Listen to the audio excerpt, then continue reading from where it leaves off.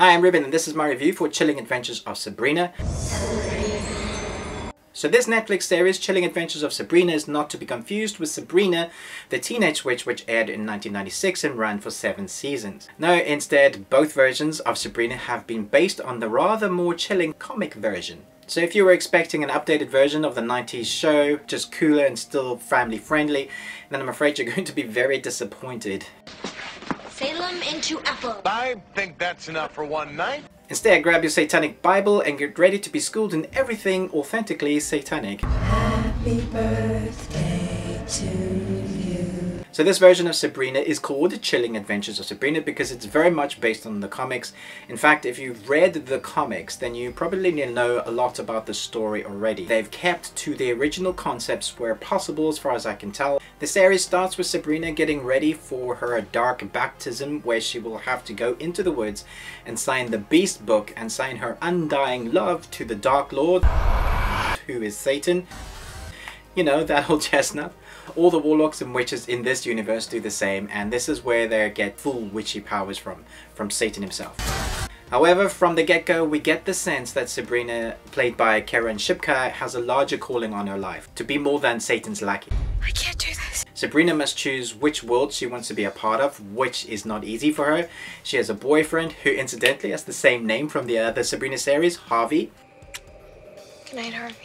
She'd have to leave him behind and her best friend. Everything she loves in this world would change. She would have to fully immerse herself into the Satan-loving world of witches and warlocks. She'd have to go to their version of wizarding school / witchy school. You must. I have to be honest, I really didn't know what to make of this series. It was super dark, more dark than I was expecting, and the level of authenticity that the creators have gone to keep the original content in its true form is downright creepy. From the authentic satanic Bible to the Latin spoken in the spells, which seems also very real.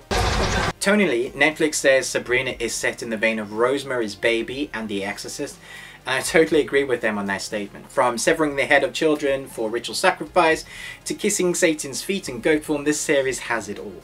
It really did creep me out, which is the effect I think they were really going for. It is set in the Archie universe, and yes, it has a universe. Everything has a universe now, right? Riverdale's been mentioned several times already, and rumours of a crossover of the characters in season 2 is already going. Or should I say the next 10 episodes, because 20 episodes of the series have been ordered. Some of that have already been filmed, but don't expect to see those next 10 episodes until next year, Halloween. I mean, there's absolutely nothing wrong with this series in its technique. It's truly scary, it's filmed well, the acting is superb, and hosts some truly amazing performances. Michelle Gomez, who played Missy in the recent Doctor Who series, Bitches. is excellent. Her performance is captivating. Even the intro into this series nods to the comic, and it's really cleverly done. The Spellman family, Sabrina's aunts, are also fantastic to watch on screen. Nothing in this series is done badly. The characters develop well and the plot moves along nicely. The sets are incredible, flipping scary but incredible nonetheless. There is a scene that nods to the Evil Dead, you know, the one with the tree, that one. One thing that kept jumping out at me apart from the devil worshipping was the similarities to Harry Potter. Harry Potter. Harry Potter. I know. When it comes to magic, very easy for people to say, hey, that's got magic, it reminds me of Harry Potter, but stay with me, I have legit reasons for this. Sabrina is a half witch, half mortal, and there's something to do with her past, which I don't want to tell you, but because of that, Satan is eager to get her to sign that book, the Beast Book. Basically, she is the chosen one, and ultimately she will have to go against Satan, who they call the Dark Lord. Are you willing to forsake the path of light? Harry is the chosen one and has to fight the Dark Lord. But I am the chosen one. Harry goes to wizard school, Sabrina goes to wizard witchy school. Harry has an owl, Sabrina has a cat. I mean, I'm not joking, the list is massive, and I just thought I'd mention it. This could mean nothing at all, could just be a coincidence. Maybe they just drew inspiration from that world. I do think, however, a really great way to explain the series is it's an adult Harry Potter for people who love The Exorcist, Riverdale, and Satan in goat human form.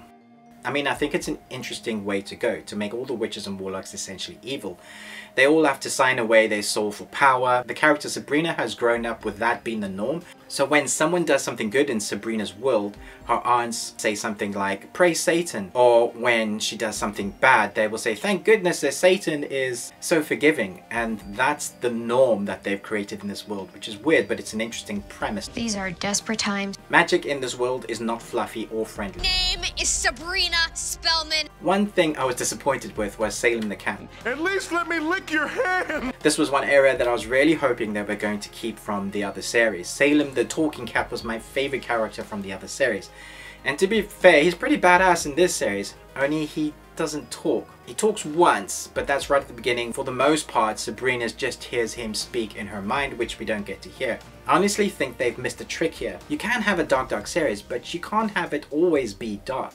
You need to let your audience breathe. And the series has this in some other of their characters sometimes, but I think had they allowed Salem to talk, the banter that they could have had I feel like a Chippendales cat. between Sabrina and Salem could have been something that would have elevated the series' mood and tone, giving space to lighten the tone before it goes into another decapitation or possession sequence.